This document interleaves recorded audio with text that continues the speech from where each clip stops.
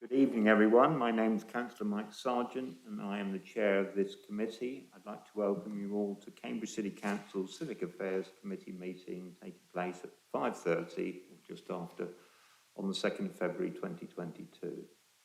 Members of the committee are Councillors Davey, DL, Dryden, Gearing and Moore. Apologies have been received from Councillor Flaubert and O'Reilly. So Councillor Flaubert has been replaced by Councillor DL.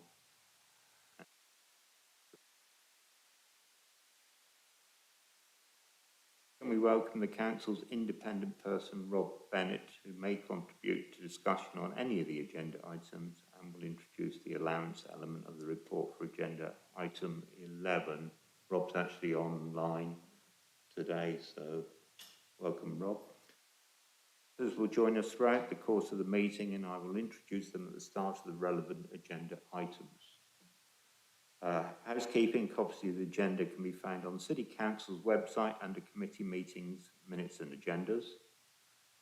When you're speaking, please refer to page and paragraph number within the agenda. Please ensure you have switched off or silenced any other devices, please. Mute them so that don't cause any interruption in the proceedings. When you're invited to address the meeting, please make sure your microphone is switched on. When you've finished addressing the meeting, please turn your microphone off immediately. Speak slowly and clearly, and please do not talk over or wonderful. Thanks. Please can those present in the council chamber note that everything on your desk, including your laptop screen, may be broadcast at some point. The camera follows the microphone being switched on, so councillors and officers are requested to wait a couple of seconds before speaking to allow the camera to catch up. Please raise your hand if you wish to speak, and I understand Rob Bennett, our independent person, is going to do that either through chat or raising his hand virtually, so the officers will let me know when Rob wants to speak.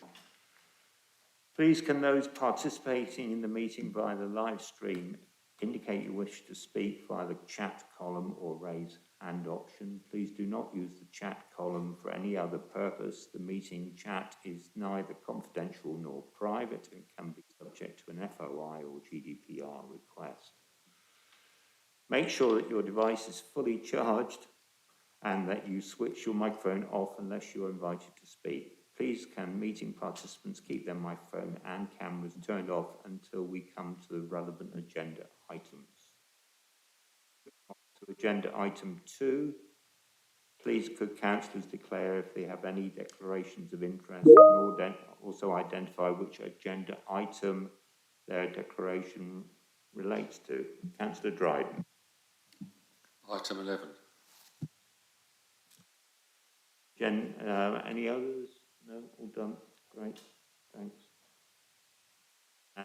Now moving on to agenda item 3, the minutes of the 22nd of September 2021 meeting, which have been submitted to this meeting for approval.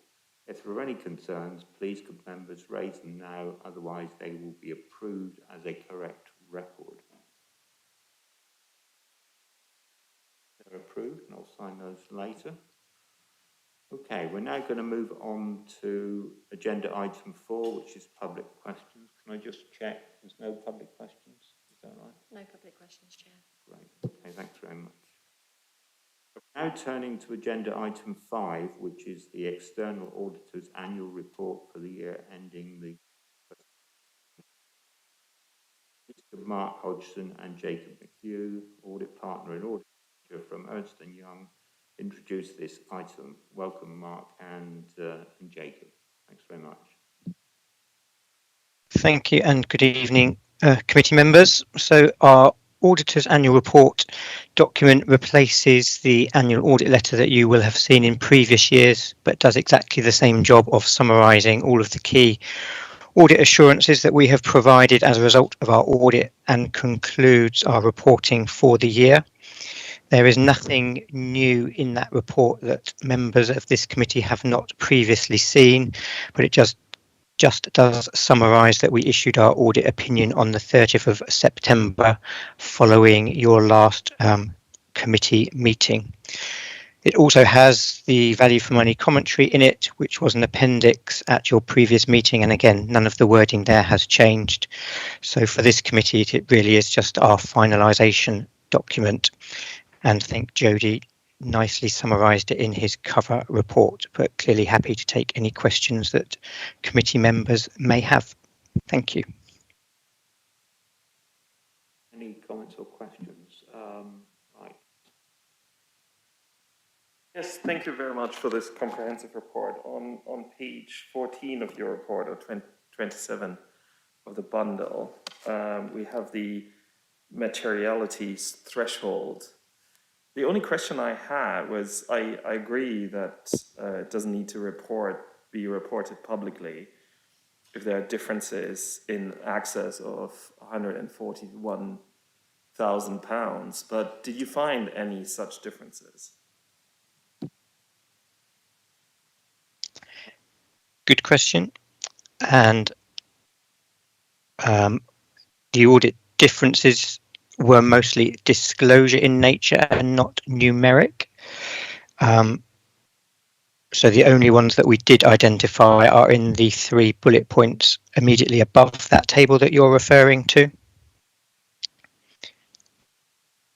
So the incorrect grossing up of income and expenditure for recharges at 6.45 million, the incorrect netting down of income and expenditure for activity in relation to shared waste at 0.519 million, and then the pension liability and asset issue at 3.464 million. Okay. Comments or questions?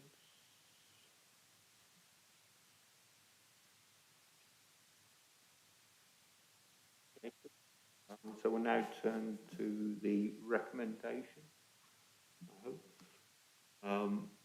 which is on page 9. I see all those in favour, please.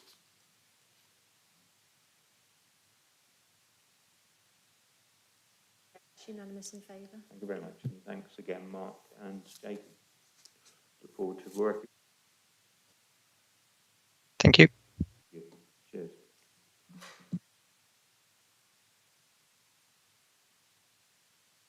Now moving on to agenda item 6, which is the statement of accounts. Accounting policies, significant areas of judgment. Please could Jodie Etherington, Deputy Head of Finance, introduce this item. Welcome, Jodie. Thank you, Chair. Just to give a brief bit of background on this item, this is a report that used to come to this committee on an annual basis, I think up until about 18-19, just setting out really what the any changes to accounting policies for the forthcoming year and key areas of significant accounting judgment in advance of the draft accounts being produced. We then obviously got a little bit behind with the timetable for a couple of years, so everything sort of got a little bit out of sync to the point where we were reporting sort of those changes at the point that we were publishing the draft accounts. But now, as Mark's just explained, we're back on track with the timetable. So we're bringing this report back now for 21-22, just to set out what the position is again in advance of us publishing draft accounts. So just a couple of things to highlight really, and I'll run through fairly quickly, but happy obviously to take any questions. First of all, there are no significant changes to accounting policies for the current year, 21-22. No significant changes to the SIPFA code, with one possible caveat to that, which I'll come back to, which is information that's just come to light in the last few days.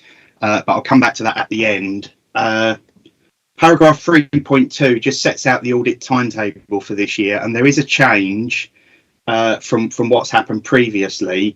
I think in recognition of the some of the sector-wide issues that are being experienced with audit delays at the moment, the government has proposed pushing the audit deadline back to the 30th of November for 1 year only, which you may remember they did in the previous year.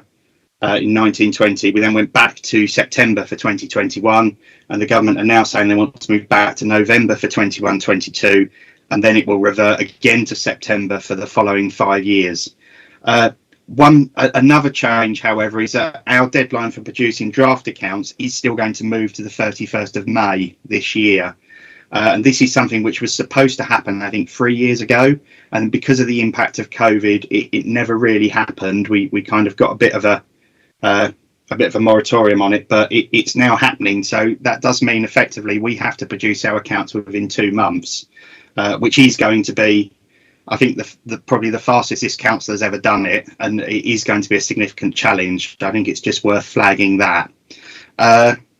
Moving on to sort of sections 4 and 5, these are setting out the critical judgments and the major sources of estimation uncertainty within the accounts. I think key thing to highlight here is that, again, there are no changes here or no significant changes from previous years. The items in there are hopefully things that the committee's seen before and is familiar with. I will just highlight paragraph 5.12 that we have appointed new valuers this year for our property portfolio, both for the operational and the investment property, so all the non-dwellings. We're not expecting this to have a big impact. Obviously, all the valuers work to the same professional standards, but clearly it does introduce an element of uncertainty into the process. It's likely that those new valuers will wish to do some additional work in their first year of engagement, because they won't obviously have the knowledge of our portfolio at the start that the previous valuers had. So just flagging it really as an area of potential risk around timetable, but we are managing that very closely. We're having regular meetings with them every 2 weeks, and they assure us that they are on track. Section 6 just talks about really presentation of the accounts and an opportunity that we're looking at to streamline the accounts and make them a bit more understandable, a bit more user friendly. So I think it's just fair to say, obviously, a lot of what we publish is set out by the Civic code. It's set out by a statute. We don't have a lot of discretion when it comes to things like the format of tables and what we put in the prime statements and what goes in the notes. But where we have a bit more discretion, perhaps, is around some of the narrative that goes with that and some of the language that we use. So I think that's where the focus is going to be, looking at areas where we can explain things in plain English. Some of the accounting policies, for example, we've got a whole page at the moment on heritage assets which are not material, so potentially that can all come out. We've got 3.5 pages on property, plant and equipment. Now it's all important stuff, but there probably are opportunities there to cut things down, take bits out where they're not material, or just explain things in more of a sort of plain English format. So that's something we're definitely going to be looking at. And then finally, section 7 on future developments. So these aren't going to impact on the 21-22 accounts, but they will on future years. So the first one there is the implementation of a new standard on leases, and particularly where the council is a lessor, where the council is a lessee. There's potentially going to be some changes there where we might have to bring some additional liabilities onto the balance sheet. So that will impact on us going forwards. As I say, it won't impact the 21-22 accounts, but we are obviously, the preparation work for that is well underway because it's quite a big piece of work. So it's something that we're looking at, and no doubt EY will want an update when it comes to the audit on where we are with our preparedness for that. And the second piece is a consultation that's going on at the moment on minimum revenue provision, or MRP, where there is a potential for changes there that might result in an increase to the MRP charge that we have to make in future years, in respect particularly of capital loans. So that's potentially going to have an impact on the general fund, but again, that's from 23-24 onwards. And just finally, I mentioned at the start a slight caveat around the accounting code. CIPFA have announced just this week that they are undertaking a consultation on changes to the 21-22 code, which they are hoping to publish at the end of this week or early next week. They haven't actually let on what those changes are going to be yet, but they are in response again to recent government announcements on the timeliness of local government audit. and there are some sort of strong hints being dropped that they're likely to focus on areas such as property valuation. So it's possible that they're looking at relaxation of valuation on operational properties, for example. Obviously, we don't know exactly until we see the consultation, but there is a potential there that will have to have an impact on our accounting policies. I would say that the timing is slightly questionable, given that our valuers are already out doing the work, and I would imagine a lot of local authorities are in the same situation. So exactly how helpful it's going to be, I'm not really sure until we see it. But it's just a heads up, really, that will be coming. So that's everything I was going to say. Happy to take any questions. Thanks, Jodie. Are there any questions or comments on this? Yeah.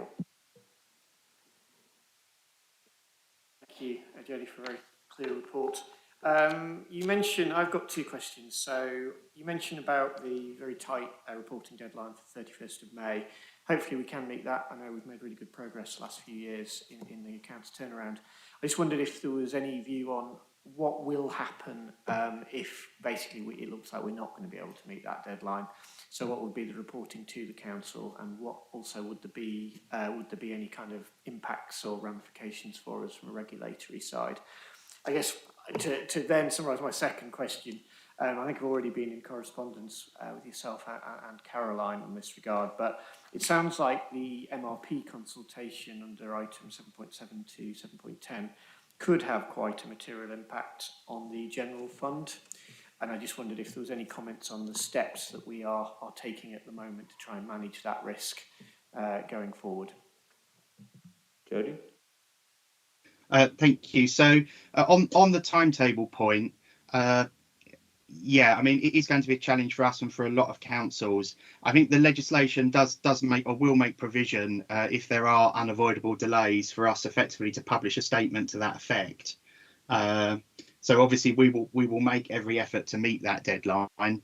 I would say, just for sort of comparison, last year we were in a position to publish, although we didn't actually publish for various sort of admin reasons, but we would have been in a position to publish a draft accounts on the 11th of June. So just to give some idea of the challenge, we're shaving it sort of 2 weeks off of that timetable, but it's 2 weeks, it's not 2 months. So we're probably already in a better position than a lot of authorities, but you know, that's not to underestimate the scale of the challenge. On the MRP consultation, I know Caroline's been doing a lot of work on that, so I don't know, Caroline, if you're better placed to answer that, maybe. Yes, I can give an answer on that one. I think our particular concern is capital loans, and this is an area which most councils will have an impact on. So the process at the moment is consultation. The consultation response is due on the 8th of February, and we will be responding robustly on capital loans, and I think most of my colleagues in other authorities will be doing likewise. I was in a meeting today, a consultation meeting with DLUC, and there was some discussion in that meeting that capital loans may be exempted or may be partially exempted, or the fact that there may be some change in what is being proposed on capital loans. So I guess I am hopeful that the responses that we're going to send in as a sector will change the government proposals. If they do not, it will impact our general fund. It will impact what we're able to do on the delivery of some of our objectives, particularly around the housing company, particularly around developments with KIP, and many of my colleagues are reporting the same sort of impacts. Hopefully that answers your question, Councillor Dial.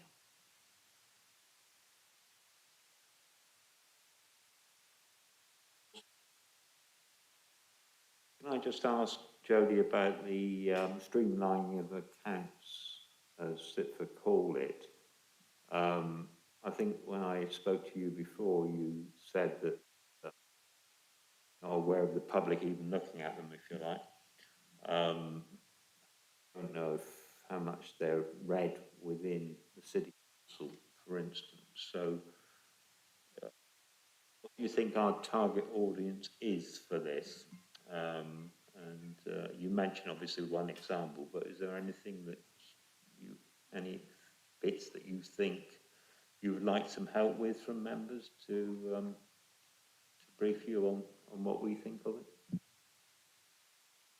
Thank you. Yeah, I think that, I mean, obviously, you know, if we can make the accounts as understandable and accessible to as wide an audience as possible, I think that's no bad thing. Obviously, the first priority when we're pulling the accounts together is to make sure that they are compliant with statute and compliant with the code, and we get the clean audit opinion, and that always has to come first. But then within that, clearly, we need to think about who else might be reading the accounts, and, you know, potentially maybe the accounts would get more public attention if they were in a bit more of an understandable, user-friendly form. But clearly, as you say, members are a significant group in terms of users of the accounts, and certainly any sort of feedback or anything that members would find useful, or anything that members find confusing in the accounts at the moment, certainly if they could feed that back, that would be very helpful, and we'll certainly look at any suggestions. I think I said to you about perhaps a summary table or something like that might be useful for all the statutory tables are just too much for people. So that would be my comment, sort of a quick look up for people to get an overall understanding of how the council's performing would be useful. And then it can potentially be used elsewhere, of course, if need be. But that's my only comment. Okay, we've got nothing else by the look of it in the room. So we're now going to move to the recommendations, of which are on page 41 to 42. Can I see all those in favour, please? Unanimous, Chair. Thank you very much. Thank you. And thanks very much, Jodie, and Caroline as well, of course. Thanks.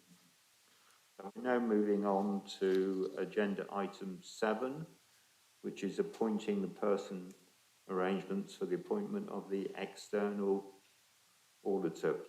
Caroline Reber, Head of Finance, introduce the item. Caroline. Thank you, Chair. So this report is coming to the committee because from 23-24 we will need a new appointment of auditors for the following 5 years. So for 23-24 to 27-28. How we appoint auditors is set out under statute, and there are 3 ways we can do that. We can go through a procurement process ourselves through the putting together of an independent panel. We can procure jointly with other councils, there again with a joint independent panel, or we can opt into the sector-led national scheme with public sector audit appointments, the PSAA. Last time, so for the current 5-year appointments, we opted into the PSAA scheme. Sets out these processes in a bit more detail and also addresses and describes some of the current challenges in the audit market. It recommends that we opt in to the PSAA scheme. I think the reasons for that are the bulk buying power of the scheme, which last time round I think incorporated 96% or something similar of the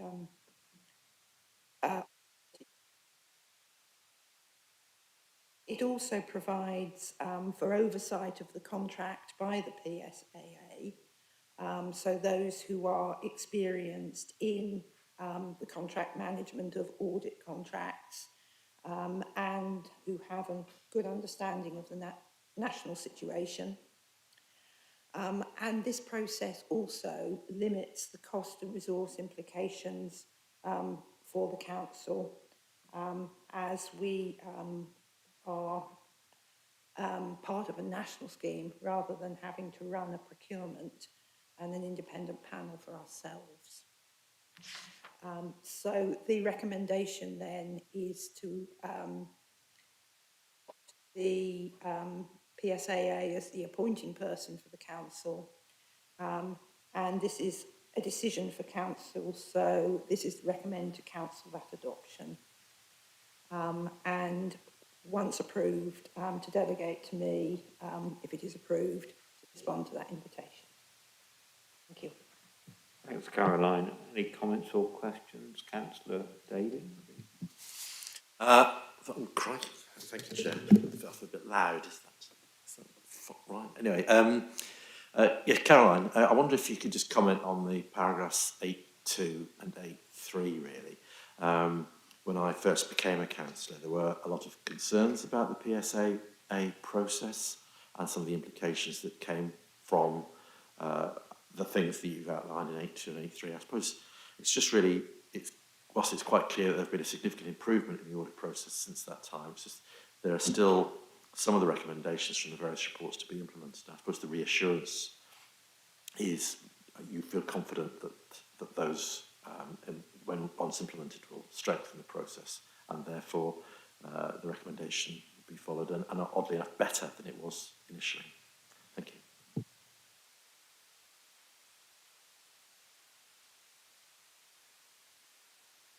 I mean, I will agree that the PSAA have found themselves in a very difficult situation with the issues in the audit market and the challenges of all the delays that we've seen in audits throughout the last couple of years. They have been very good, I would say, in communicating their procurement process, the things that they will be looking for, the contract management that they intend to do. And I would, I think, recommend, if members of the committee are interested in following this up, to go to their website, which has got a lot of information on it, and I think shows that they have taken criticism seriously. Content to make that recommendation. I also think they've had a very difficult situation to deal with on fees, and have spent a lot of time and effort looking at fees, at the requests from auditors for additional fees, and in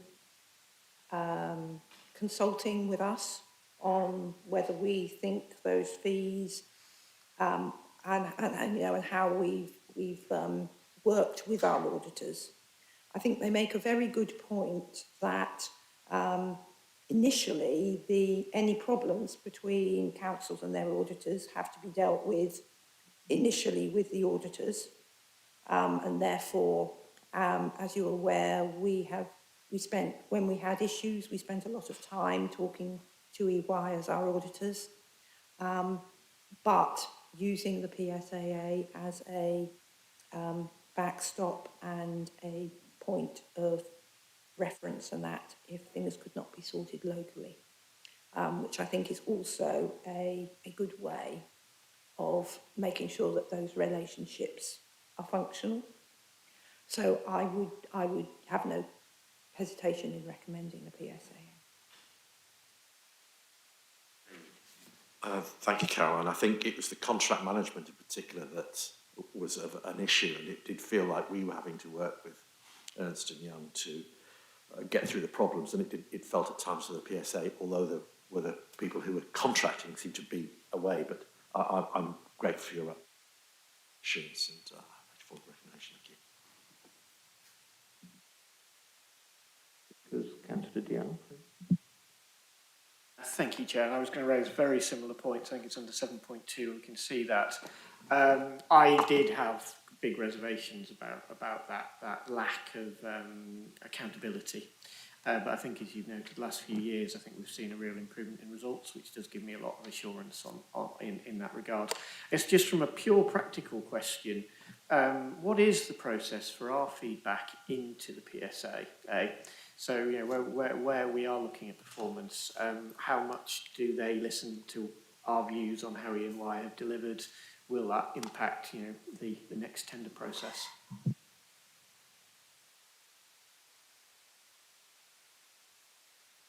They do run surveys of audit clients. They have in the past held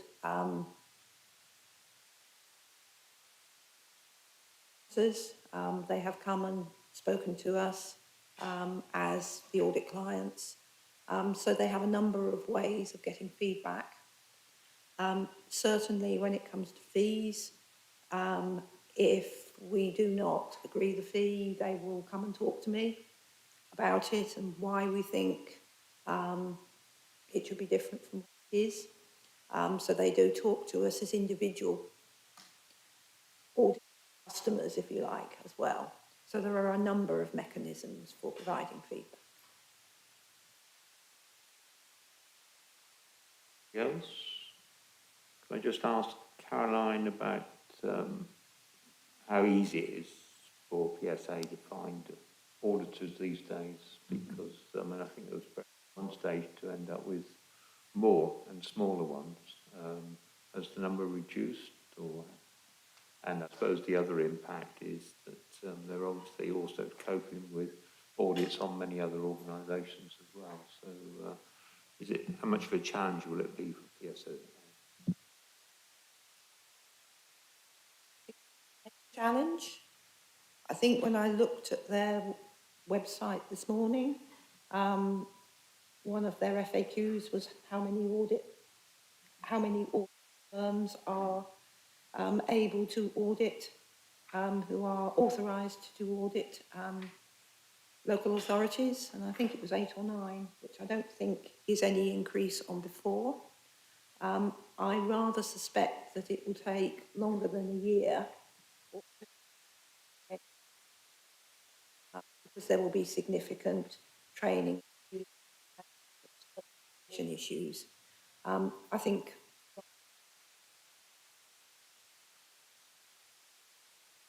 Caroline, I see no other speakers, so we'll turn to the recommendations on page 51. And I see all those in favour, please. That's unanimous in favour, thank you. Excellent, thanks very much. So we now turn to agenda item 8, which is draft pay policy statement 2022-2023.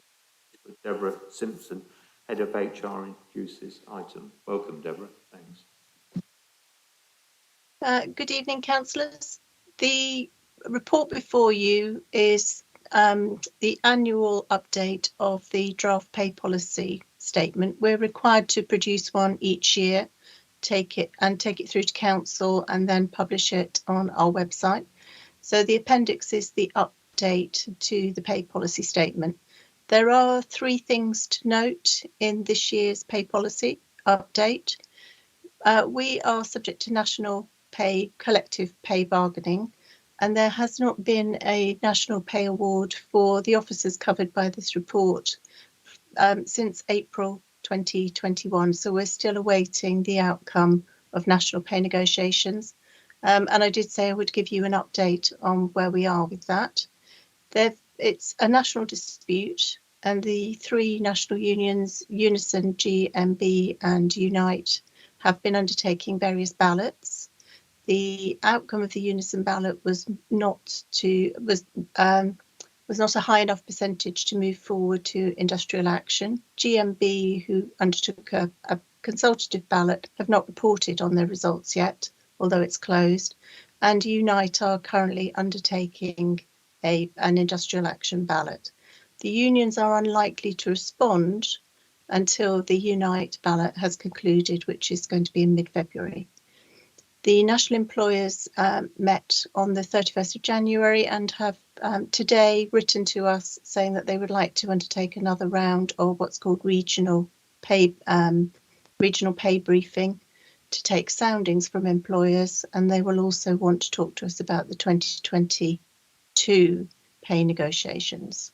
So we are in a position where there effectively is no movement at this point in time. It's not expected that there will be any movement before the 1st of April. So we will now be looking at a 2021 and a 2022 round of pay negotiations.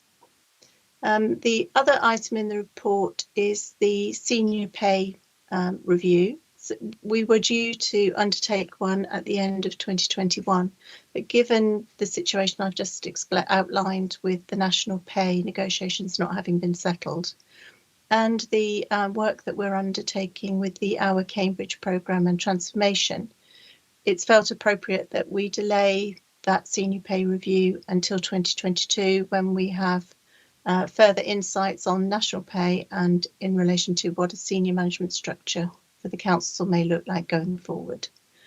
And then the third area of the report is to look at the performance review arrangements for the chief executive and the directors, the 2 director posts. The proposals are that we review the arrangements so that in future the chief executive would be performance reviewed by the leader, who would have taken soundings through 360, what's called 360-degree performance review, to talk to group leaders, to take a range of views into account when conducting the performance review. And because of the nature of the chief exec's performance review, we would have some facilitation to assist with that. For directors, the proposal is that the performance review would be undertaken by the chief exec, but would undertake a similar process with 360-degree feedback and taking soundings from a range of people, including the group leaders and relevant executive councillors. So that is the report that's in front of you. A number of proposals to note and potentially to forward to council, and an update on the national pay situation. Happy to take any questions councillors may have. Deborah, we're being joined by Councillor Tim Beck, who, although he's not a member of the committee, would like to join in the discussion, which is fine. Just to note that he won't be able to vote on this item. So I don't know if you want to go first, Councillor Beck, or...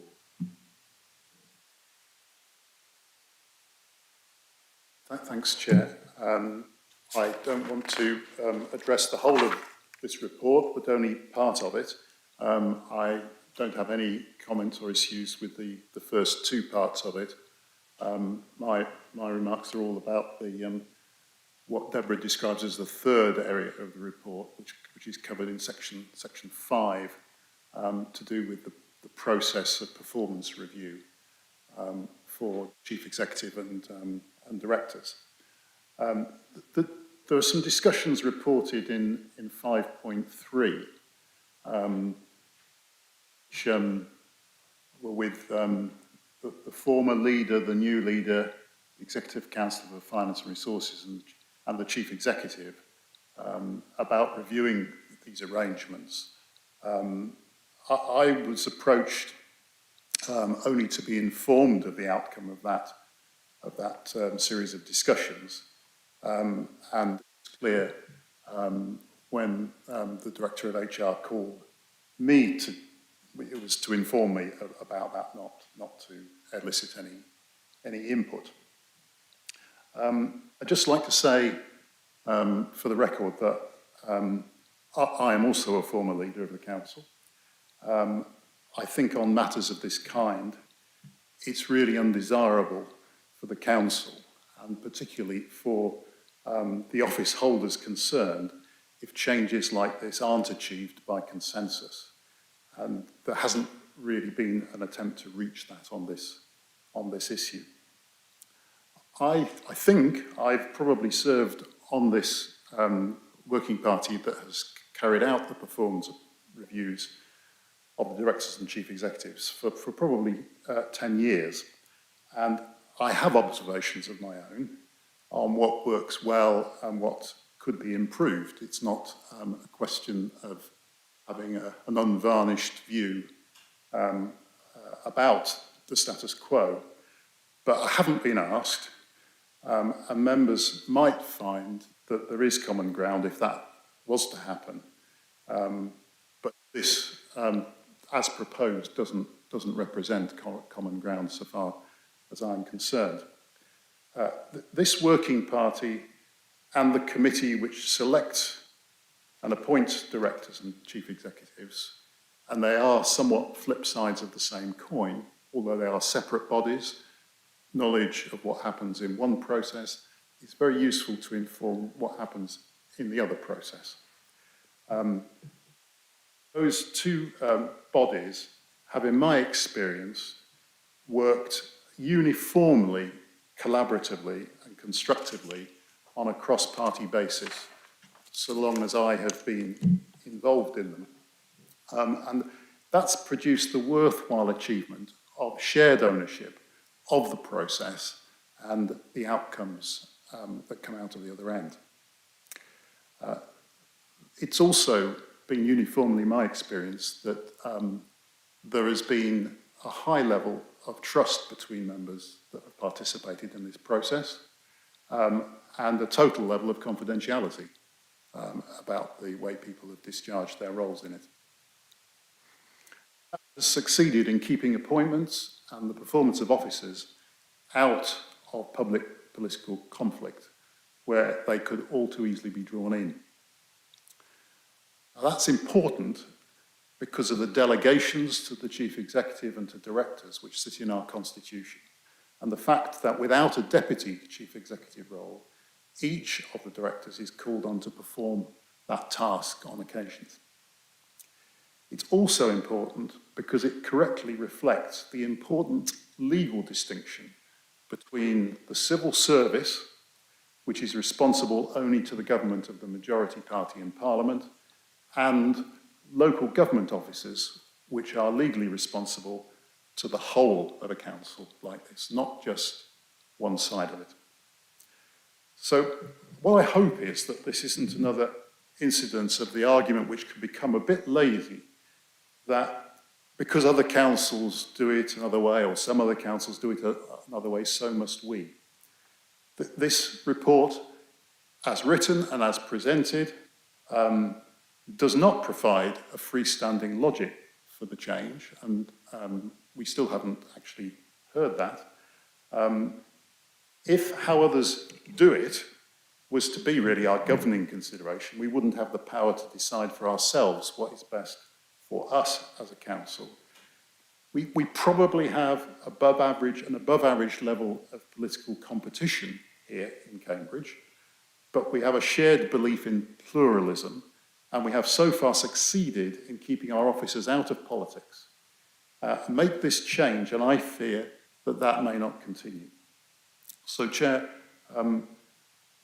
what I wanted to ask was, could we have the cross-party discussion, which, in my opinion, should have led up to an item like this appearing on the agenda, to try and reach a consensus, which I think would not result in no change to where we are today.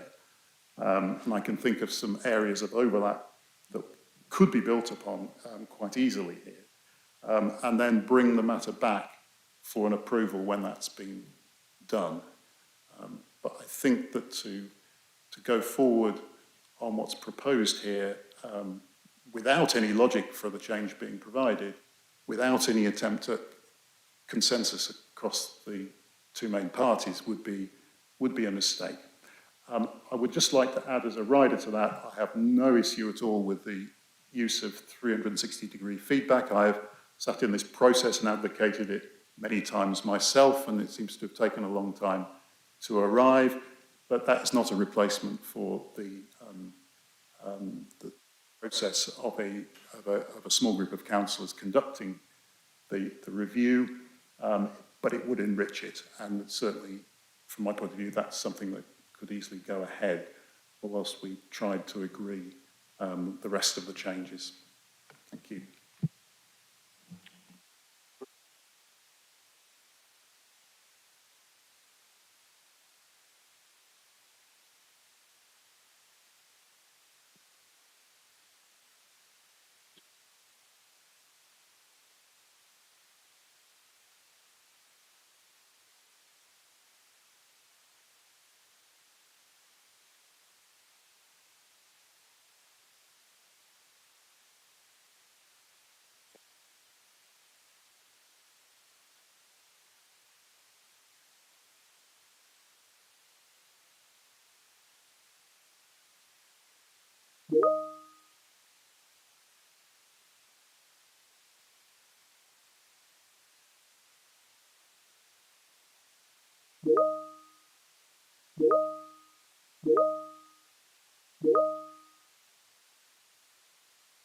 technical difficulty where the officers who are watching on Teams are struggling to hear us. So I'm going to suggest we have, I think, Boris, how long do you want to?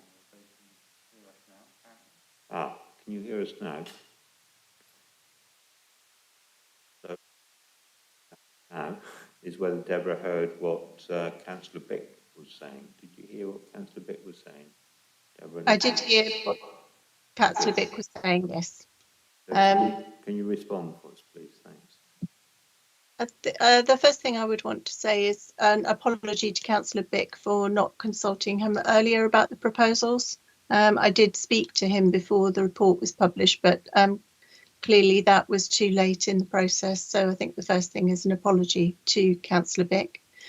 In terms of the discussions that have been held, they've been in the context of, as Councillor Bick says, other authorities are looking and do undertake this process in a different way, and certainly that's been my experience of other authorities that I've worked through. It is not an intention to cut anybody out of the process. The process that we would like to follow for chief executive and directors will still involve group leaders. It will still involve executive councillors. It will still involve councillors who are relevant to assessing performance. The difference is who would conduct that meeting. So at the moment, we're looking at a panel of 6 people drawn from across the council. The proposal is that the feedback would be gathered in a different way and the meeting would be structured with one person in the case of the directors, and that person is their line manager. And that in the case of the chief executive, it would be with the leader with facilitation. So it is intended that the process would be rounded, would be taking information from councillors, it will be taking information from partners, from direct reports, from people within and outside of the organisation to give a rounded feedback. And as Councillor Vick says, that's something that, has been talked about in the past and there is support for that.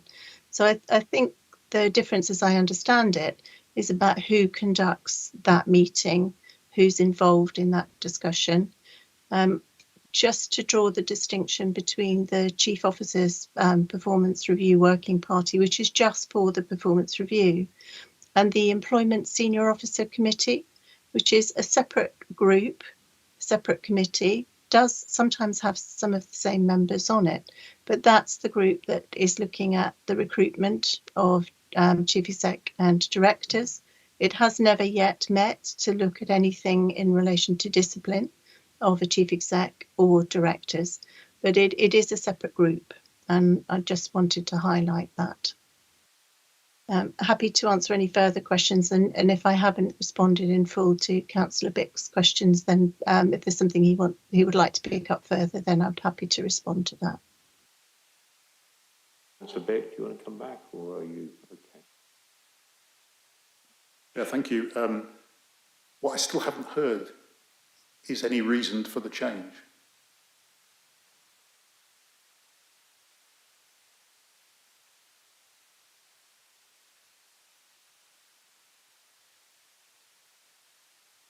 The main reason for the change is to incorporate a range of feedback and to conduct the meeting with, in the case of the directors, with their line manager, who is seeing them most regularly and is responsible for performance managing them.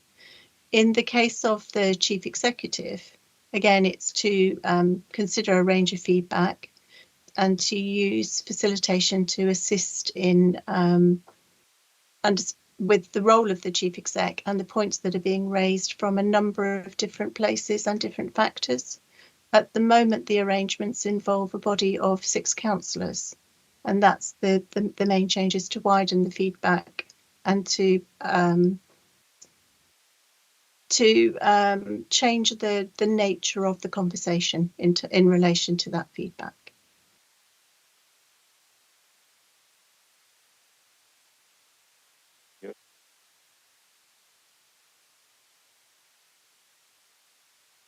Yeah, if I just might rule a line under my contribution, Chair. I mean, I'm not against bringing more input into the process. And that's why I think I've always felt a wider range using 360-degree feedback would be an excellent thing, and professionally a standard that we should have jumped onto a long time ago. But I think the issue is about the participation in the performance review meeting itself, which is Deborah correctly notes is the change that is being made here.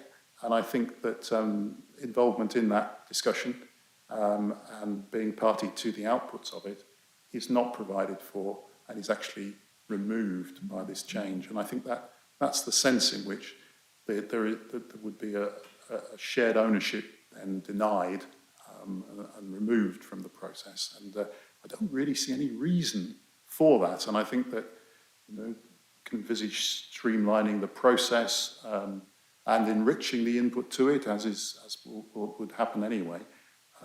But actually to bolt the door of the meeting from parts of the councillor group who have contributed to it constructively and productively on both sides of the council when they've been in opposition, it just seems to me a little gratuitous and something that I think we could resolve by pausing on this aspect of the change and having the consultation that perhaps should have happened before this meeting took place to see if a consensus was possible. Dryden? Yeah, well, my question actually has been already answered now. As new on this committee, Councillor Bick has just answered my question.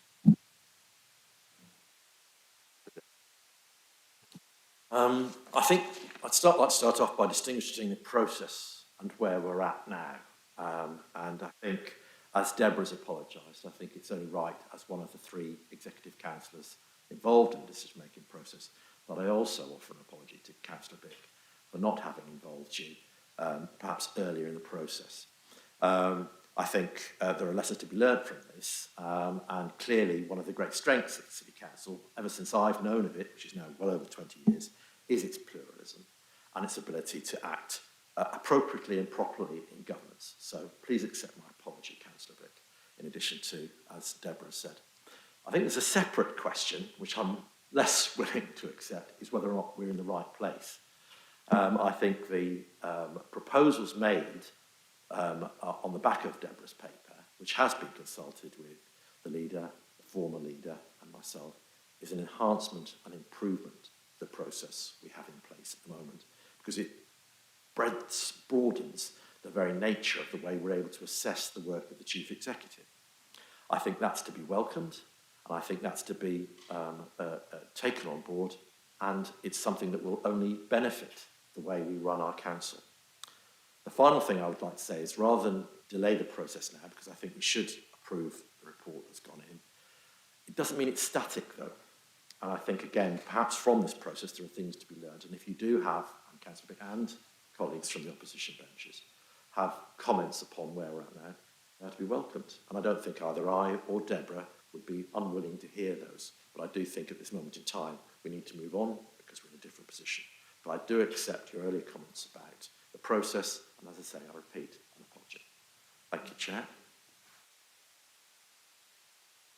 No, it's not. Councillor Bick, that Excuse me all. Please, no talking across the chamber. Thank you. No, can I respond to Councillor Bick? As that's disappointing, I have to say. I apologised about the process, and that's no issue about that. I don't know what the problem is with that, as did the officer concerned. What I'm saying is, I think that what's proposed is better than what's currently in place because it breadens it out. It's different. Thank you very much, Chair. Yeah, with all due respect, I mean, isn't the process that was chosen here exactly highlighting the worry that we have, right? You presented this, the head of HR presented this as widely consulted. That's the wording used in this report. But the opposition group leaders have not been talked to. So how can we guarantee that in the performance review of the chief executive and the two directors, all voices is actually coming into the process? Your apology is a symptom of the problem that this proposal has. You are creating, and I'm worried about the timing here. We have a new chief executive, and suddenly we change all the procedures. Do you want a Labour chief executive? Is that the purpose here? I heard you say you value the plurality of this council. So how can the plurality be ensured if only one person, the leader, and that's the leader of the council appointed by the Labour Party and then, voted on by acclamation, is going to conduct this review? You're cutting out the important feedback that keeps the chief executive as a politically neutral person. And if you wanted to politicize the role of the chief executive, you would do exactly that. You would cut out the feedback, you would cut out the feedback loop. There's no reason, and I haven't heard from the head of HR any reason why the information of a 360-degree review, which is now standard in public office, could not be communicated to the working party. There is no reason. It's perfectly possible for councillors, especially leading councillors that have a duty of confidentiality, to receive confidential information of this nature. There is the introduction of a broader information base is absolutely right. But then to only reduce it to one person and only to the chief executive for the other two positions, in my view, is basically politicizing the civil service. And I don't understand. There's no need for this move. Can I respond to Councillor Gowing? Councillor Gowing's lengthy assessment. No is the answer.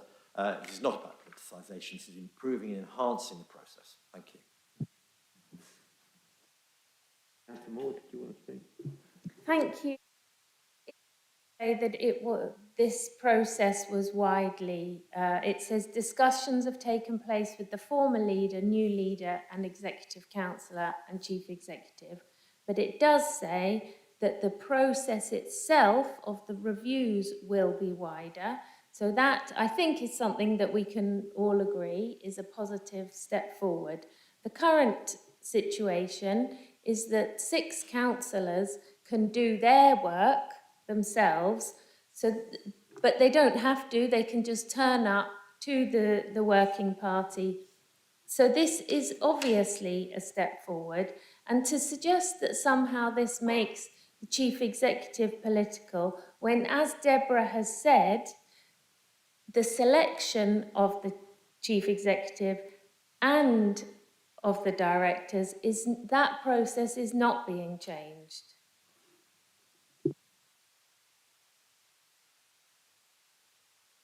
Councillor DL, please. Yeah, so I think my time as a councillor, I have always been in opposition, in minority, and therefore have had the frustrations of how that impacts what one can do. At the same time, I've tried to work constructively throughout that process, I hope, and I've always found that the entire officer team has always really, really recognised us all equally, actually.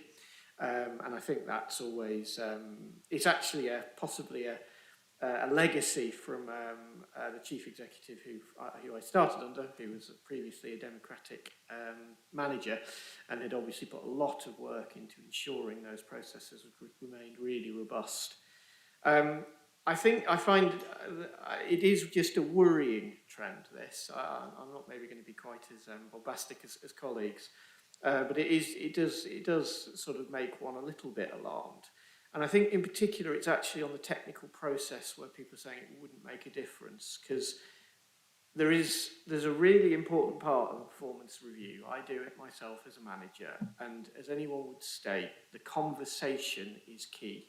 Just gathering information and sort of presenting a thing to a person, you really want to be able to talk it through with them. So if you've got a view, if there were negative views from members of our side within that 360 degree, it would be very useful within that formal environment for the chief executive to be able to respond and explain, for it to actually be a constructive discussion.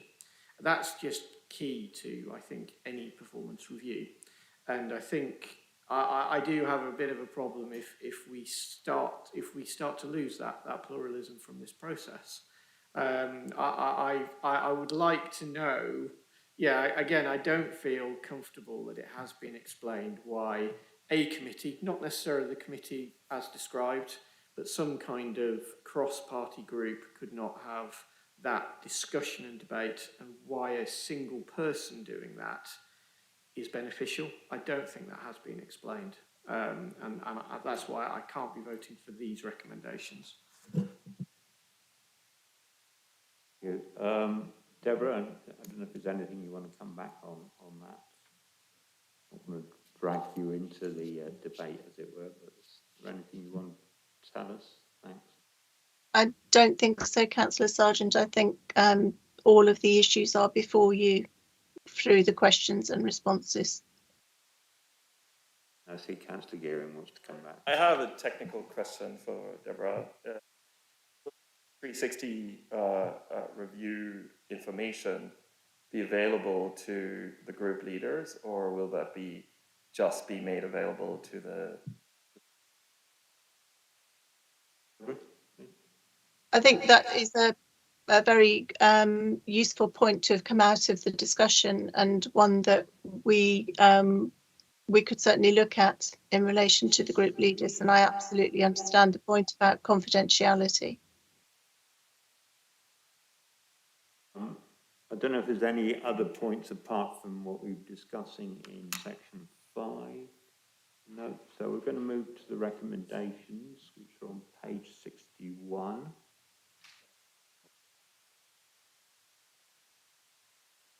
Councillor Daly. Just very briefly, as Deborah's indicated, this is about listening, and we hear what we said, and as I said earlier on, the process is not static, so we will have heard what you've said.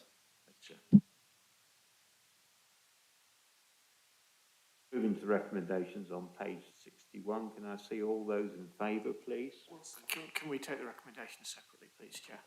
Fine, yeah, happy with that. Oh, quite different, aren't they? So let's just see if we can combine any of them, or do you want to just take that one out of it? Would that help?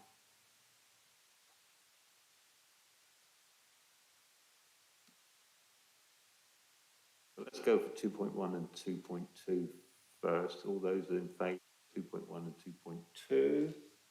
Chair, that's unanimous. Sorry. Yeah, fine. And we'll do 2.5 while we're here. So all those in favour of 2.5, please show. Unanimous, Chair. And 2.3, show. 4 in favour, Chair. And those against, please. 2 against, Chair. And 2.4, all those in favour, please show. 4 in favour, Chair. And all those against, please show. 2 against, Chair. Right. Okay. Thanks very much, Deborah, and for your time. We now move on to agenda item 9, which is about risk management. Stephanie Fisher, hopefully. Is Stephanie there? Principal. Yes, I'm here. Oh, great. Hi, Stephanie. Principal Internal Auditor, to introduce this item. Over to you, Stephanie. Thanks. Thank you, Chair, and good evening, councillors. This report is an update on the risk management work undertaken since we last presented the risk management strategy and framework in September. and also provide an overview on proposals for further risk management activities. There are sort of 3 areas of the work that we've been undertaken recently, looking at the administration aspects, looking at the system updates, performance reporting. We've developed some key performance indicators in respect of risk management, and they now input into the performance reporting framework. And we also report those to the leadership team and senior management team, and also outlines the training and support that we've been providing to risk managers.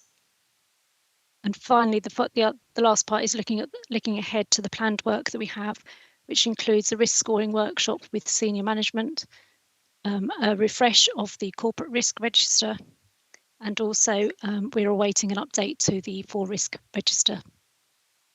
I'm happy to take any comments or questions that anybody has on the report. Any comments or questions? Can I ask Stephanie on page 78 and 4.5, can you give an explanation of residual risk and inherent risk and the value of both of them, perhaps the differences? Thanks. Yeah, the inherent risk is basically the sort of like the total risk score before you actually take into account any mitigations, any controls that you have over the risks. And then we have the residual risk score, which gives us the score after we've taken into account those controls that we have in place. Thank you. Any more? I move to the recommendations on this one, which are on page 75. Can I see all those in favour?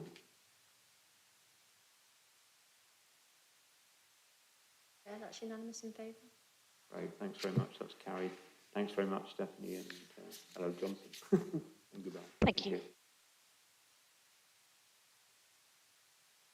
So we're now moving on to agenda item 10, which is amendment to the Constitution Part 4A Appendix F, A in brackets, Protocol on Media Relations.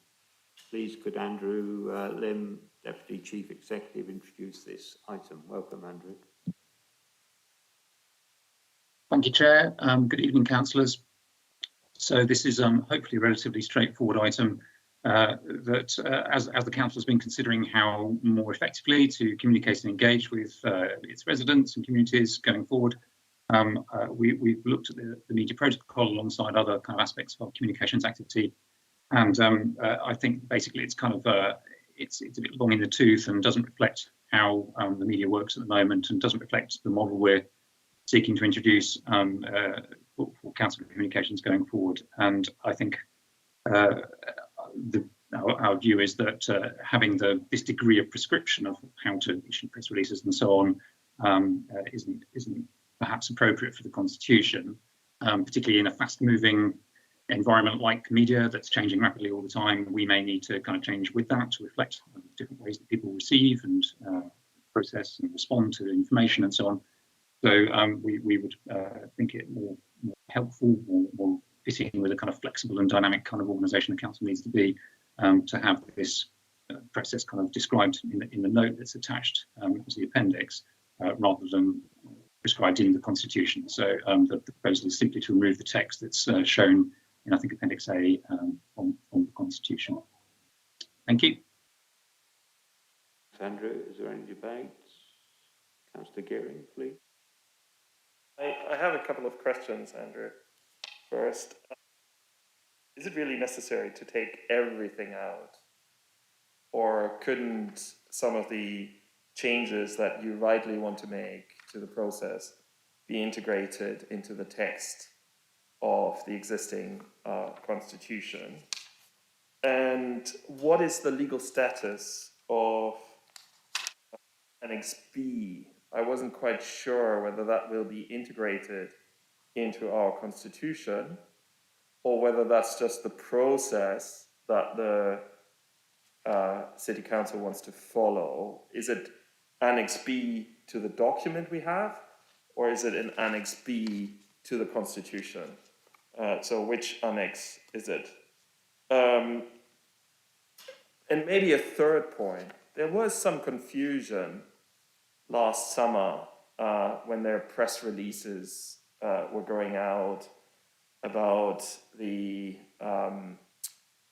mast, the radio mast next to the Park Street car park replacement. There was some confusion about the process, about press releases and information.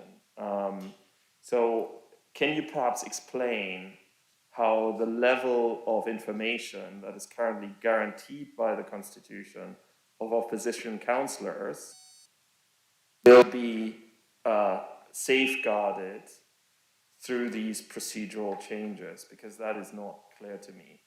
And I must admit, the previous discussion of streamlining the executive's performance review didn't quite endear me to this particular amendment, but maybe there are good procedural reasons to take it out of the Constitution. Thank you. Councillor, through you, Chair.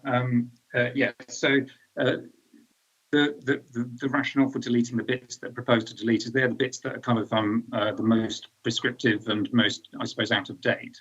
And the bits that are retained are the bits that relate to political impartiality, which I think relates to another one of your points. So although they don't need to be in the Constitution, a lot of other councils wouldn't have them, we're happy to kind of leave them there. I think there is a reassurance point about having those remaining paragraphs in there. Point about, do we need to delete all, or should we incorporate some of the new into that? I think the point is having it in the Constitution, I think is a degree of over-prescription that isn't necessary, and particularly, as I say, in a rapidly changing world where the media has changed so much in recent years and will probably continue to change. Having something kind of written into the Constitution that you then have to come back through this process every time you want to kind of change the way that you work feels a bit cumbersome for the kind of hopefully more dynamic and agile and fleet of foot organisation that we probably need to be in the future. So I think that's the rationale for not having this how you write a press release kind of defined in the Constitution as such, where it's difficult to kind of be flexible about. I apologise if the appendix to the appendix isn't clear, but the appendix B to this report is a note provided for information. It's not proposed to be part of the Constitution. So I hope I've been sufficiently clear with that. It was produced kind of to help us understand how it's going to work in the future, and it was shared with councillors through this report for information. It's not proposed to be part of the Constitution going forward. The point about the communications mast. I remember it well, and my colleague, the corporate communications manager, I think is on the call and has helped me explain. He kind of followed the protocol as it's described to the letter and beyond, and shared it with councillors in a way that the protocol doesn't require us to, but for the sake of transparency and inclusion of people, including more councillors and others, did share it, and I think ultimately it was published. So. I think that's an example of how the protocol, when being defined and prescribed in the Constitution, can't ever really cover all the eventualities that arise. So that was a media statement rather than a press release, and they are defined separately in the Constitution at the moment. So the process was followed properly, even though it may have felt a bit kind of strange, because it was then shared in an almost oversharing, kind of over-transparent kind of way that was designed to try and again, reflect the point we work for all councillors and so on. So we weren't required to do that, but we did it for the sake of being extra kind of inclusive and so on. And I think your point about kind of members' involvement in this is largely unchanged by what we're changing here. The changes are more about giving a greater degree of responsibility to the professional communications officers rather than relying on generalist kind of officers in different services to try and have these skills. I think the expectation is that again, opposition spokes would still be named on press releases. Press releases would be shared with all councillors as now. So I don't think that the member involvement bit of it is changing very much, if at all, through this change. So I hope that provides reassurance on those points. Thank you. Councillor Dial, please.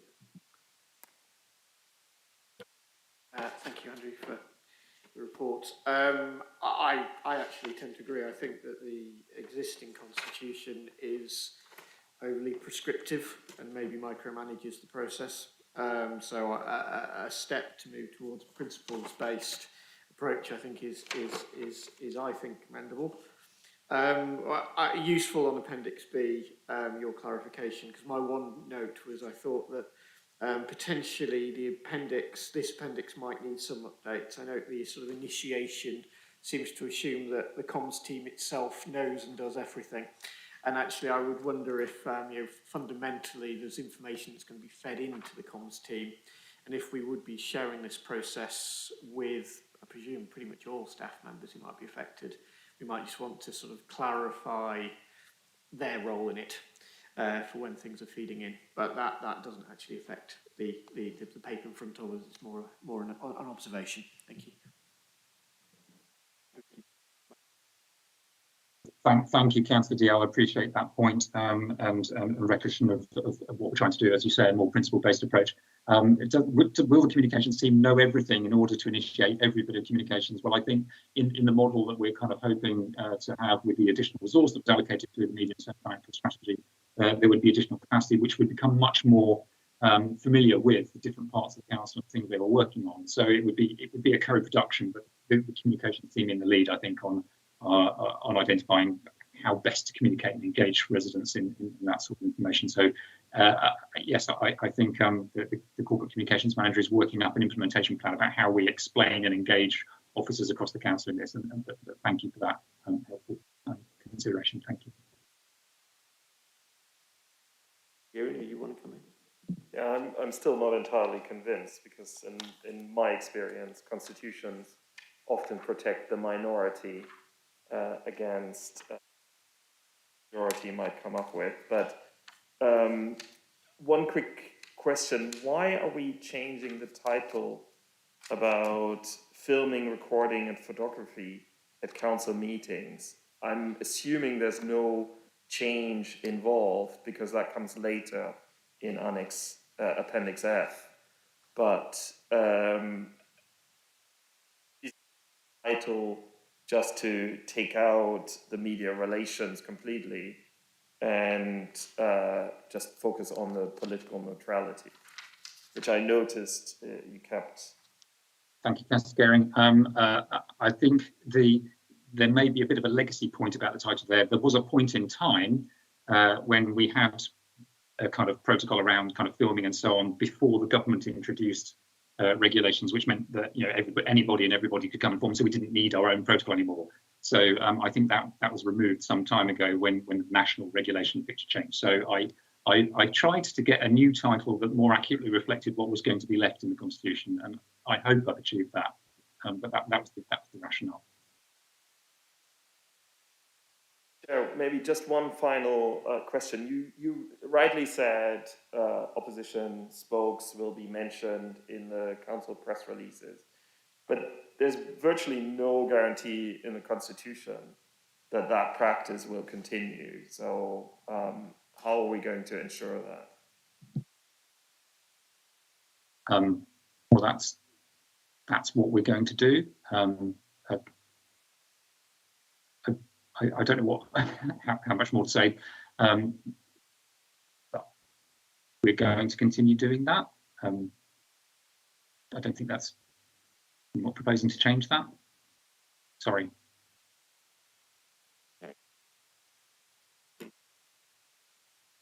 Go to the recommendations, which are on recommendations singular, sorry, on page 104. Can I see all those in favour, please? 5 in favour, Chair. And against? 1 against, Chair. Okay, thanks very much. Thank you, Andrew, but I know, that's the Brighton comfort break. Okay, 5-minute comfort break then, please.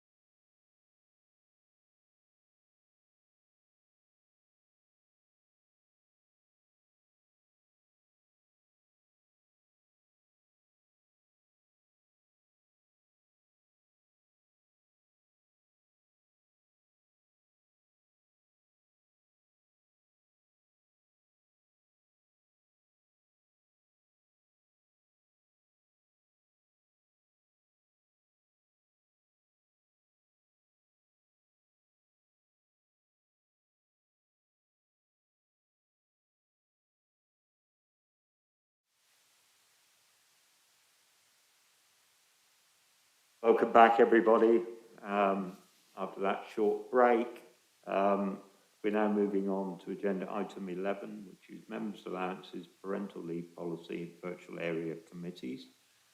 So first of all, can I please invite Rob Bennett, the council's independent person, to introduce the allowance element of this report. Welcome, Rob. Thank you very much indeed, Chair, and good evening, everyone. Thank you for inviting me to join you this evening. Chair, you have a copy of our report, the panel's report, in the agenda papers that you received. And there's also a very comprehensive covering report from the Democratic Services Manager. Perhaps if I make some brief comments by way of introduction, Chair, and then I'd be very happy to hand back for any questions or comments that the committee have on our report. The first thing for me to say this evening is that we did carry out a considerable amount of research last year as part of undertaking the review. And indeed, we spoke to 16 members individually. That was a cross-section of members across the council. And we had feedback from a survey that was also sent out to members. And indeed, the panel's very grateful for the help and the assistance that it received from all of the members that participated. We also made some comparisons, both with near neighbours and other local authorities that are similar in nature to the City Council. And we're also very aware that our review takes place in a wider context. For example, the future financial constraints that face the City Council. One of the things that came through very strongly in the discussions that we had is that there is a huge commitment by members of the authority to work for the benefit of all Cambridge residents. And indeed, members work very, very hard, and it is a very demanding role to undertake, but also a very rewarding role, we were told.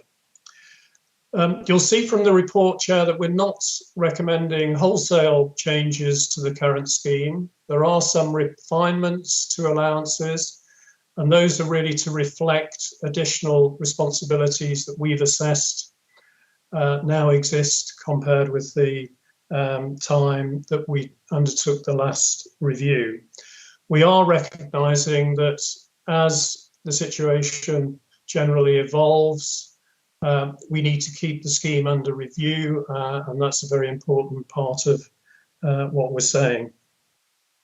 I think the final point I'd like to make, Chair, is that, again, through the discussions that we had, we were identifying a number of areas where there is scope, we believe, to improve the way in which members work, to help those members really focus their time on what matters most, and to help those members make best use of the time that they spend on council business.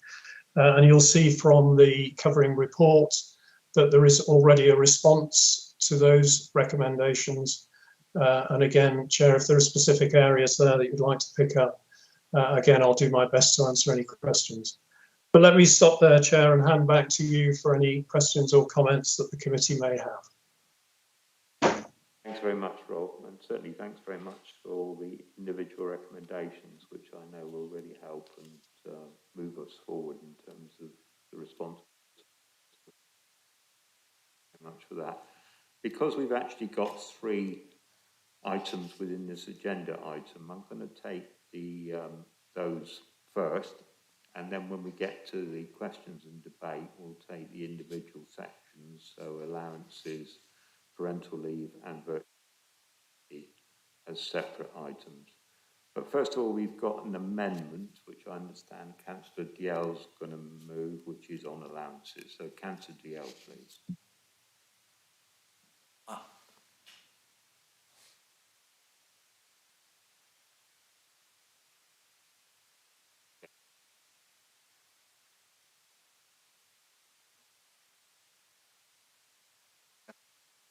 Said that Councillor Diell would move the Labour amendment, which I think would be unusual.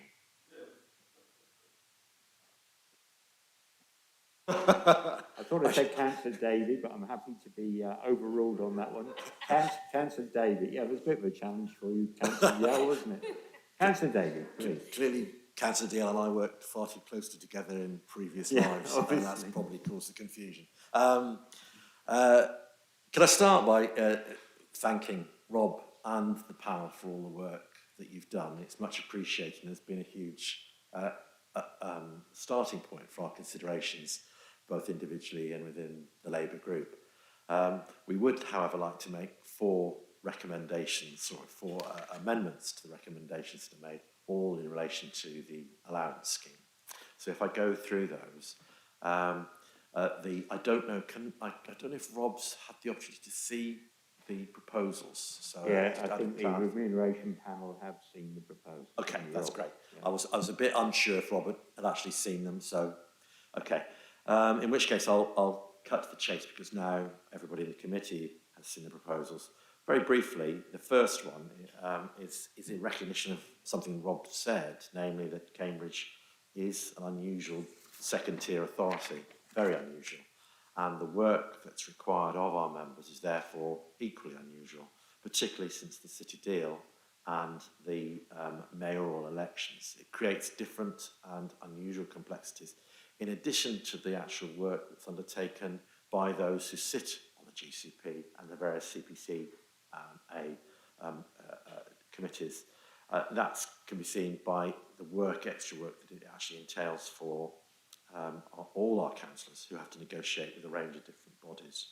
So I think what we're suggesting is that the Civic Affair Committee therefore resolves to ask the Independent Remuneration Panel to review the basic allowance for councillors due to the atypical nature of the City Council, in addition to other benchmarks district councils, and that an in-year recommendation is therefore backdated to the beginning of 22-23 municipal year because of the length of time it is since we've had a GCP and the city deal. So that's the first proposal. The second is basically recognising the extra and additional work that is required by the Planning Committee and the Joint Development Control Committees. Rob wouldn't know this, but we arrived as the Planning Committee was coming to the end of yet another day-long session. And the implications for all members of those panels is quite significant. We think that the Joint Development Committee is not dissimilar to that, equally expressing workload. And I think we also feel that it goes to a more basic issue for us as a council, is that these committees therefore tend to be staffed by retired people, because they're the only ones that can actually have the time to do the work. And how, therefore, are we able to encourage broader and better representation across the council? And so, therefore, we have to look at, invariably, member allowances. So we're asking, therefore, that members of the Planning Committee we therefore ask that the City Council resolves that the Planning Committee members will in future receive 30% of the basic allowance, and that Joint Development Control Committee members receive 20% of the basic allowance for their work. The third is about equity, in essence. It's about the SRA for the leader. Whilst we recognise and welcome the proposals you've made in relation to the 2 deputy leaders, nonetheless there's an implication of this, because if you therefore are the deputy leader plus working as a portfolio responsible, you end up earning more or getting more of an allowance than you would do if you're the leader. So we would therefore suggest that the SRA for the leader becomes 3 times the basic allowance, which recognises both the member allowances for other posts, but also for being the leader of the City Council. And the final recommendation that we'd like to put forward is that the basic allowance increases in line with the national living wage. Thank you, Chair. You, Councillor Davey, I understand your name. Yes. Thank you very much. Right, I'm now going to take Andrew Lim to talk about the Parental Leave and Virtual Area Committee items. Please, Andrew. Thank you, Chair.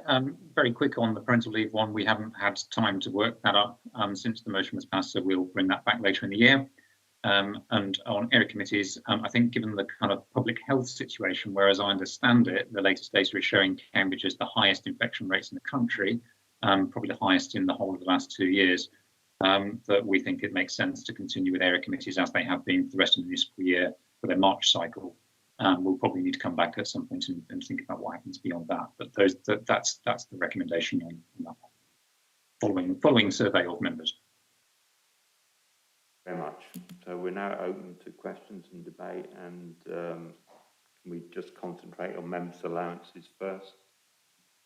Councillor Gearing, did you want to speak? I see your hand. No? Yes. Thank you again for the hard work that the independent remuneration panel put into this proposal. We realize that many of the recommendations are actually worthwhile of taking up. Some, I understand, have legal limits. They're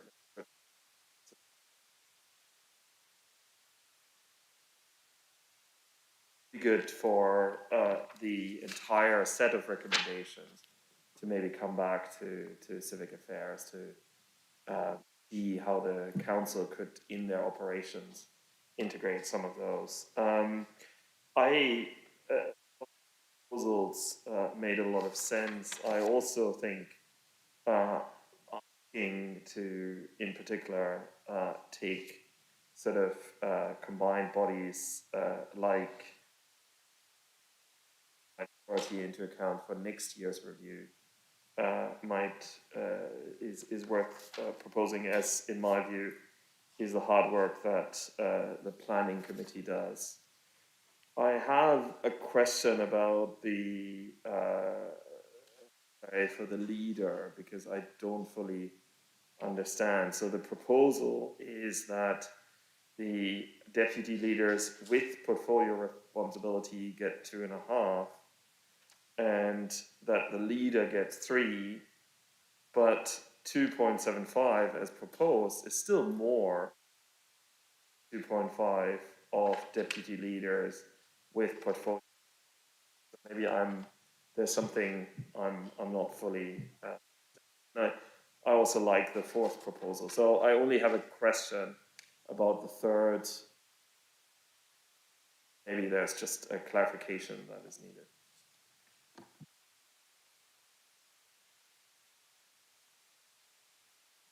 When we did the maths, when we did the maths, it was, we understood that the original proposals that were made meant that if you had a portfolio, as we do, portfolio held on a deputy leader, then they would end up having a higher allowance than the leader. And that's why we then looked at the leader's allowance, and our proposal is that it should be 3 times the base case. So I can help here actually, because I think Councillor Davies talking about the original proposal from the remuneration panel, which they amended before it came to the committee, which would be a situation where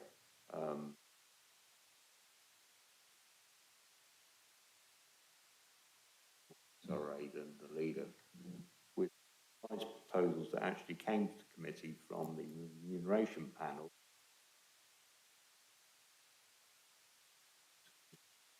Deputy leader and the leader, we thought was side at only 0.25. The SRA for the leader to 3. So the leader is at 3, deputy leader with portfolio responsibilities at 2.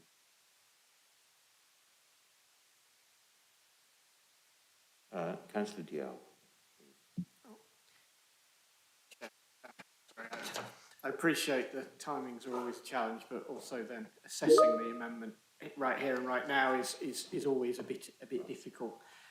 Just to confirm, are we effectively under point 4 of the amendment actually therefore not going with the recommendation from the panel under 1.3 that any percentage increase is the same for local government employees through the National Joint Committee? Is that the, fundamentally we're actually saying no, we're going to take the national living wage as a standard instead? So David, do you want to respond? Yes. you. And I guess that then, because probably for Rob, and thank you, I should say, thank you to the panel for all their work. My two questions on that side would be, away from sort of differentials, I guess I'm probably more interested in actual benchmarking with other councils. So is the review on leaders, you know, is 3 times a basic allowance high, low, normal? Is that something the panel would actually have a view on? And secondly, I guess on the point around the that's being amended out around the basic allowance changing with inflation, could you sort of make a comment on why the panel had suggested changing it to the to what's in line with the National Joint Committee agreement with government employees? So Davey, I think that was a question. I find it very difficult when the speakers are looking at the screen. As Sorry, Chair. No, so I was actually looking towards Rob, if that's okay, as a representative of the panel. Yeah, okay. I must admit, as I was formulating ideas in my own head, at the time I may have been unclear, but is that understandable for you, okay. Rob? Can you respond? Over to you then, Rob, please. Thanks. Yep. Thank you very much indeed, Chair, and thank you for those 2 questions. I'll do my best to answer them. Firstly, on benchmarking, I agree. You know, it's very valuable to look at what other authorities do, and we have done an element of that. I'd need to go back and check to see what benchmarking we did on the leaders allowance before I could give you a comprehensive answer on that. On the question of index linking to staff pay rather than the national living wage, that was a point that came out of the discussions that we had with a number of members, and we have sympathy with that view because there was a sense of working very closely with officers and therefore being linked to the same increase in pay as officers receive in the spirit of working collectively. Does that help? And I guess then the opposite question to Councillor Davey on the amendment is why do we not agree with that approach from the panel if it was to sort of, you know, basically show solidarity with the staff that we work with on a day-to-day basis? Question, James. So the panel has, it's a bit complicated, all this, recommended that we keep with the inflation with the same as local government employees agreed through the National Joint Committee. The amendment is actually kind of striking that out and instead going with the basic allowance in line with national living wage. The suggestion being that, you know, the panel made that recommendation so that the staff we manage can see that we're in the same boat as they are. And I wondered if there was a comment from, you know, for the amendment as to why we think we should do something differently. It's one of those, but when we had the discussions, sorry, Councillor Dale, when we had the discussions, it was trying to find what we felt was the best and most equitable way forward. And this is the upshot of that discussion. Councillor Moore, please. Thank you. Could I just say we also did a little bit of benchmarking in regard to the leaders. So that's where the 3 times came from. And also I think it was felt that of course we would like to be, that staff feel that we're in line with them, but of course councillors' allowances are in quite a different league to officer and staff pay. And so it felt that the national living wage was more appropriate. You'll say something from the chair about the leaders' allowance. I know it's very much a full-time job and in light of the Greater Cambridge Partnership and the Combined Authority, and such as the Oxcam Arc and the London Stansted Cambridge, and there's also Norwich and also involved in cities, etc. So people are so interested in Cambridge and its importance to the country. I think it would be very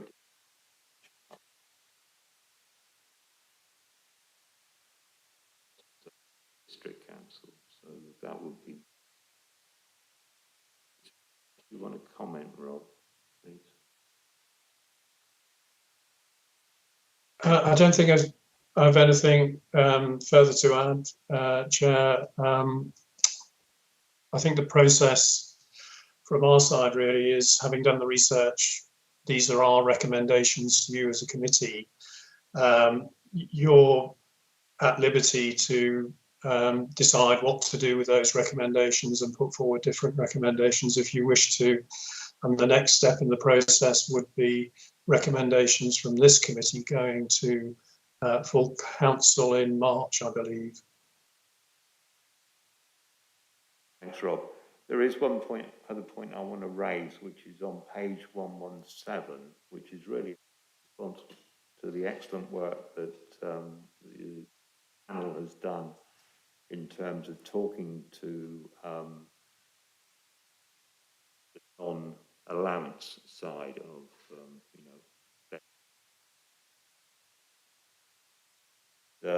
there's a whole long list of recommendations, but I am concerned that the next review point is going to be in a year's time, and I really would say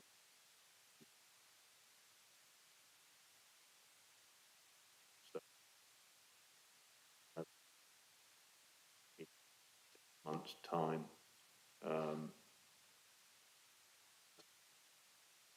So it's not an amendment to the recommendations, but if the just can take that on board, that we really ought to be showing progress on this, because the members have raised, and I know, having spoken to the Democratic Services Manager, there is the issue around the Centre for Governance and Scrutiny and their work, but there are also some elements which won't overlap with the work of the Centre for Governance and Scrutiny and make progress on. So I would like to see much sooner that progress on these items comes to the committee, because we do need to follow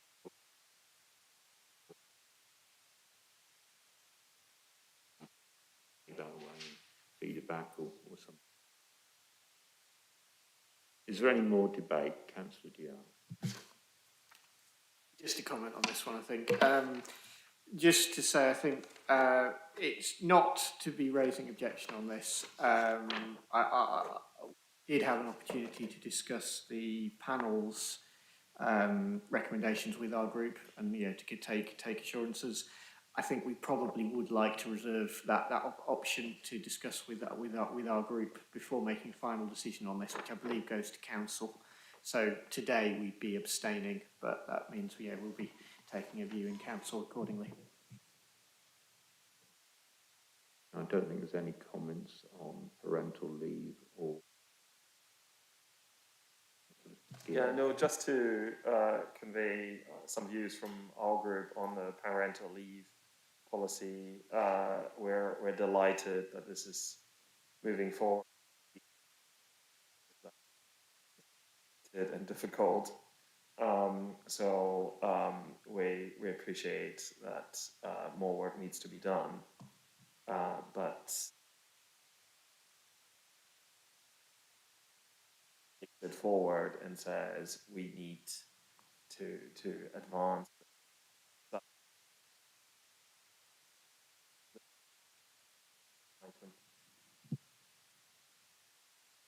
You, Councillor Gearing. So is there any more?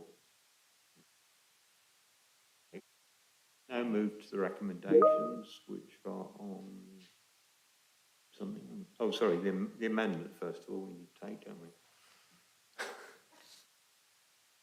Right. So all those in favour of the amendment, please show. All in favour, Chair. Those against. Those. That's 2, Chair. Okay, and we'll now move to the substantive. Those in favour, please show.